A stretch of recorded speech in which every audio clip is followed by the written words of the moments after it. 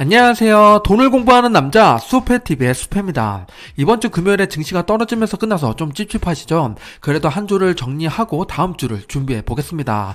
요약부터 보면 증시 현황에서는 방어하는 중국 자산이 있었는데 그와 반대로 무너지는 미국이 있었습니다. 투자 방향을 봤더니 빅테크 기업들을 줍줍하는 사람들이 많았고 반도체는 유지하는 모습을 보여줬습니다. 이슈 러시에서는 매주 매수하는 거랑 매월 매수하는 거 수수료의 차이가 어떻게 있는지 그리고 3년간 앞으로 기대되는 산업이 무엇인지 살펴보겠습니다. 시작 전에 이런 영상을 계속 받아보고 싶으시다면 구독과 좋아요 그리고 따뜻한 공유 부탁드립니다. 여러분의 관심이 저를 행복하게 합니다. 감사합니다. 증시 현황에서는 글로벌 미국 기업 섹터 순으로 살펴보겠습니다. 이번 주 글로벌 증시를 보면 대부분 하락하는 한 주였는데요. 반대로 계속 상승하는 국가가 있었습니다. 오른쪽 위에 중국인데요. 알리바바가 1.4% 상승이 있었고 바이두는 5% 올랐습니다. 이번 주 봤더니 제로 코로나를 벗어나서 이제 완화 정책을 펼치고 있는 게 중국입니다. 그러면서 내년 경제 성장률 목표가 5% 넘는 거 아니냐라는 예측까지 나오고 있는데 그만큼 중국은 바닥을 찍고 조금씩 상승하는 기세를 보이고 있습니다. 이번 주 S&P 500을 보면 대부분 다 빨간색을 나타내고 있습니다. 처참히 하락한 모습인데요. 특히 빅테크의 하락이 좀 더 컸는데 몇 가지를 살펴보면 애플이 3.8% 하락했고 마소는 3.7, 구글은 7.5, 아마존이 5.3%, 테슬라는 8% 하락했습니다. 이렇게 다 같이 하락하는데 조금씩이라도 올라간 기업들 우리가 눈여겨봐야겠죠. 반도체를 봤더니 엔비디아랑 브로드컴이 0.7% 올랐습니다. 월가 내년에 최고의 종목을 고르라고 했더니 골드만은 마소를 찍었고 JP모건은 엔비디아를 찍었습니다. 지금까지의 행적을 보면 그래도 엔비디아가 더 괜찮은 선택 같은데 JP모건이 괜찮은 선택을 했는지 계속 모니터링 해보겠습니다. 이런 기업 말고도 몇 가지를 보면 지금 파이자, 유나이티드 헬스케어, P&G가 상승하는 모습을 보여줬죠. 각각 분야에서 지금 최고의 기업들이 굳건하게 지키는 모습을 보여주고 있는데요. 이렇기 때문에 우리가 투자를 하더라도 우량 기업, 최고의 기업에 투자해야 된다는 이야기가 나오는 겁니다. 이번 주 금요일에 ETF 거래량을 볼게요. 왼쪽은 한국이고 오른쪽은 미국인데요. 한국을 먼저 보면 원유에 투자하는 사람들이 상당히 많이 늘어났습니다. 그런데 그냥 원유가 아니라 인버스죠. 앞으로 원유는 떨어질 거야 하고 베팅하는 사람이 많습니다. 오른쪽으로 넘어오면 미국인데요. 1등과 2등이 TQQQ, SQQQ죠. 그 말은 상승과 하락에 모두 다 베팅을 하고 있다는 건데 그만큼 방향성이 잡히지 않고 있습니다. 3등과 4등을 봤더니 반도체랑 바이오에 투자하는 사람도 점점 늘어나고 있습니다. 제가 좋아하는 기업의 바로미터를 볼게요. 대부분의 기업이 이번 주엔 하락이 나왔는데요. 그 중에서 이번 주에 보면 좋을 거 세 가지를 뽑아 보겠습니다. 첫 번째는 구글인데요.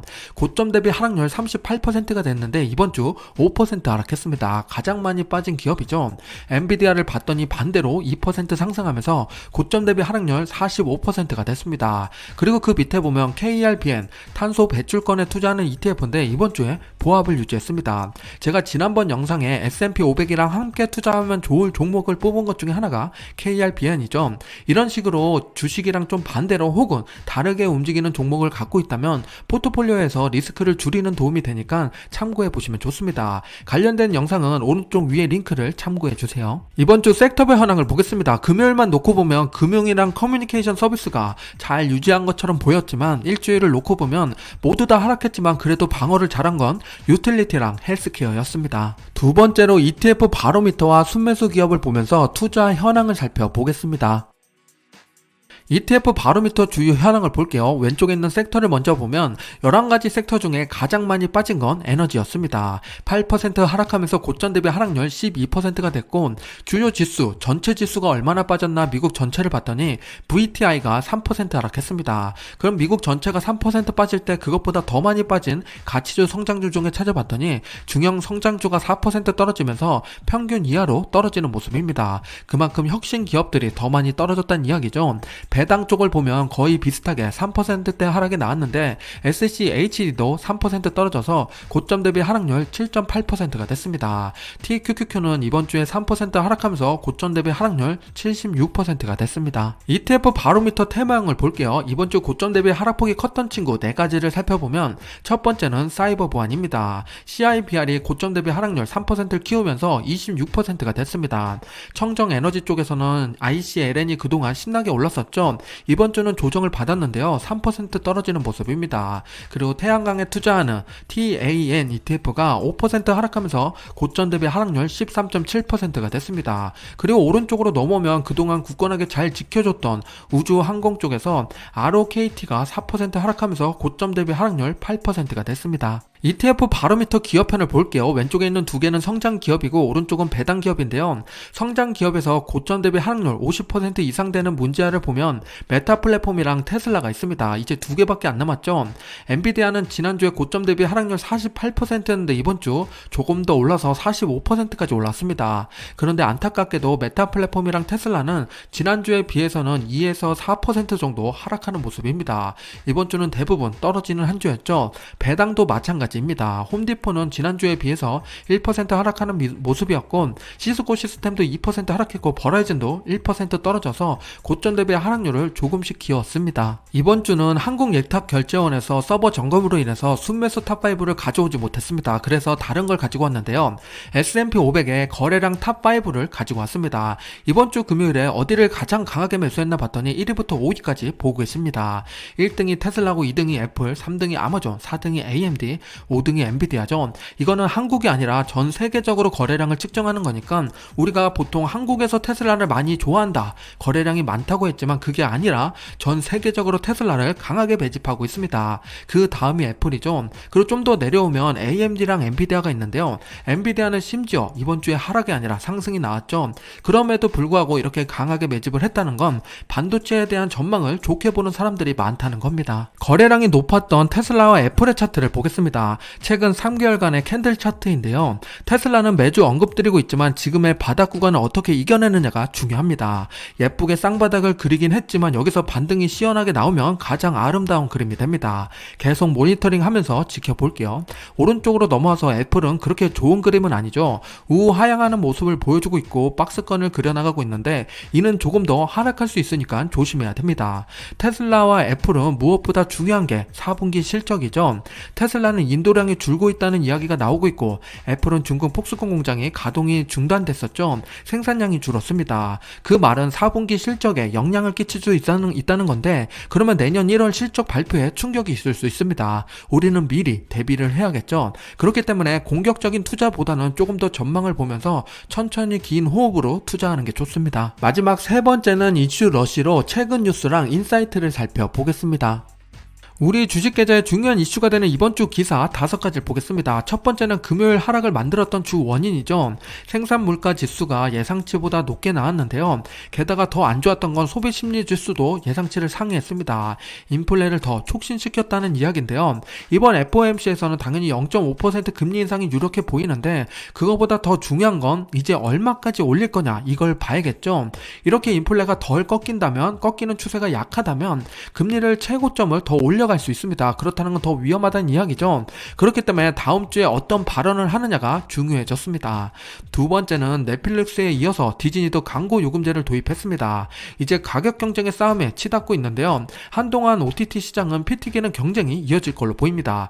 예전에 반도체 전쟁에서 TSMC랑 삼성전자가 살아남았듯이 누가 살아남는지 지켜봐야겠습니다. 세 번째는 코스트코 3분기 실적인데요. 인플레로 소비자들이 지갑을 이제 닫았다고 합니다. 그만큼 소비가 줄었고 전자상거래 매출도 3.7% 감소했습니다. 아직도 인플레는 가격을 높이고 있는 상태인데 이는 실적 부진을 일으킬 수 있으니까 암초가 될 수 있겠죠. 4분기 실적으로 인해서 기업이 꺾이는 기업도 꽤 많이 나올 걸로 보입니다. 그렇다는 건 내가 투자하고 있는 기업 4분기 실적이 어떨지 꼭 체크해 보셔야 됩니다. 네 번째는 인도 타타그룹에 대한 이야기인데요. 반도체에 5년간 120조를 쏟아붓는다고 합니다. 작년에 공급망 차질로 인해서 타격을 받은 거에 대한 대비를 하겠다는 건데요. 적극적으로 이제 파트너십을 체결한다고 합니다. 그 중에서 한국, 미국, 일본 어디를 손잡을지 지켜봐야겠죠. 역시나 반도체에 대한 투자는 끊이지 않고 있습니다. 마지막 5번째는 시진핑이 사우디에 이번 주에 방문을 했죠. 바이든은 보란듯이 통큰 계약을 체결했습니다. 녹색 수소, 태양광 에너지 등 34개의 협정을 체결했는데요. 금액으로 따지면 40조에 육박한다고 합니다. 중국의 청신호는 사우디의 바람으로 시작될 걸로 보입니다. 있습니다. 이렇게 5가지를 보고서 내 투자 방향이 맞는지 꼭 체크해 보시기 바랍니다. 이번 주는 신박한 질문이 있어서 가지고 왔는데요. 수페빌리지 카페에서 너무하나님이 질문 주신 내용입니다. V5를 매주 한 주씩 매수하고 싶은데 이거를 매주 한 주씩 매수하는 거랑 아니면 마지막에 월에 4주를 한 번에 매수했을 때 수수료 차이가 얼마나 나느냐, 그걸 질문 주셨는데요. 지금부터 풀이해 보겠습니다. 다시 한번 정리해서 말씀을 드려보면 A라는 사람은 매주 한 주씩 매수한 거고 B라는 사람은 마지막 주차에 4주를 한 번에 매수한 거죠. 계산하기 쉽게 10만원씩 매수했다고 가정해 보겠습니다. 그럼 A라는 사람은 10만원, 10만원, 10만원, 10만원 이렇게 매수한 거고 B라는 사람은 4주차에 40만원을 한 번에 매수를 했습니다. 여기서 수수료를 비교하려면 며칠 동안 보유했느냐, 그걸 알아야겠죠. 수수료는 날일로 계산되기 때문에 며칠 동안 보유했는지 꼭 알아야 됩니다. 그럼 A라는 사람은 한 달 동안 매수했으니까 적립식으로 매수했기 때문에 15일 정도 보유를 한 거고 B라는 사람은 마지막 날 매수했기 때문에 1일 동안 보유한 겁니다. 이렇게만 보더라도 수수료가 차이 날 걸로 보이죠. 실제로 금액으로 한번 환산해 볼게요. A라는 사람은 40만원을 15일 동안 보유한 거고 B라는 사람은 40만원을 1일 동안 보유한 겁니다. V5의 총 보수가 0.03%니까 계산을 해봤더니 A는 4.9원의 총 보수를 내야 되고 B는 0.3원의 보수를 내야 됩니다. 격차가 꽤 크죠. 40만원이니까 4.9원이지 400만원, 4천만원, 4억으로 넘어가면 이 보수는 점점 커질 겁니다. 그런데 여기서 조심해야 될 건 또 따로 있습니다. 한 달 동안 주가가 1% 올랐다고 가정해 보겠습니다. 그러면 40만원의 1%, 4천원이죠. 적립식으로 투자했으니까 A라는 사람은 2천원의 수익이 발생되게 됩니다. 그런데 B는 마지막 날에 넣기 때문에 수익이 없죠. 0원입니다. 2천원의 수익을 가져갈 수 있었는데 총 보수 5원 정도 덜 내려고 하다가 2천원의 수익을 못 가져갈 수가 있습니다. 그렇기 때문에 우리는 총 보수보다는 앞으로 주가가 상승한다는 가정하에 꾸준히 차곡차곡 매수하는 게 가장 중요합니다. 수페빌리지에 댓글을 드렸지만 우리 구독자분들도 궁금해하실 것 같아서 가지고 왔습니다. 궁금한 내용이 있으면 언제든 말씀해 주세요. 하지만 어디에 얼마를 투자할까요? 란 질문은 답변 드리지 않으니까 꼭 참고해 주시기 바랍니다. 재밌는 컬럼이 있어서 하나 가지고 왔는데요. 항공여행 분야가 아직 다 회복이 되지 않았죠. 그러면 언제 다 회복될까에 대한 컬럼이었습니다. 2019년도를 100이라고 놨을 때 이 19년만큼 올라가려면 얼마나 시간이 걸릴까 봤더니 21년도부터 25년 동안에 23년도가 넘어서야지만 2019년 정도까지 올라온다고 합니다. 그러면 이 안에 각각의 그 노선들이 있는데 뒤에서 좀 더 자세히 볼게요. 2019년을 넘어서는 시기를 노선별로 정리를 했는데요. 국제선, 국내선, 아프리카, 아시아, 아메리카, 유럽, 중동 등이 있습니다. 여기서 100%를 넘어서는 게 보통 2024년 혹은 25년이 돼야 하죠. 재밌는 것은 그 중에서 조금 더 빠르게 회복되는 분야가 있습니다. 2023년에 내년부터 100%를 도달하는 게 3곳이 있었는데요. 바로 국내선, 중앙아메리카, 북아메리카입니다. 제가 예전에 사우스웨스트 항공을 언급드린 적이 있는데 역시나 국내선부터 회복이 되고 있습니다. 실제로 주가는 어떻게 움직이는지 한번 볼게요. S&P 500이 빨간색으로 나타내고 있고 우선 JTS가 여행 항공에 투자하는 ETF입니다. 파란색이 회복을 못하고 있는 게 맞죠? 2019년까지 회복되려면 아직도 많이 남아 있습니다. 40%가 마이너스인 상태죠. 그러면 더 올라와야 된다는 이야기인데 이게 2023년, 4년, 5년 동안 올라온다고 보시면 됩니다. 그것보다 초록색이 조금 더 빨리 움직이고 있는데 이게 바로 사우스웨스트 항공입니다. 조금 더 빠르게 성장해 가고 있죠. 이런 식으로 앞으로 성장할 거라고 전망이 되는 ETF 혹은 기업에 관심 가지시는 게 좋습니다. 지금까지 이번 주 주간 브리핑 정리해 드렸고요. 그럼 우리는 다음 주를 또 준비해야 되죠. 다음 주에 우리가 지켜봐야 될 거 3가지를 정리해 보면 당연히 CPI 발표를 중요하게 봐야 됩니다. 이걸로 인해서 FOMC 회의에서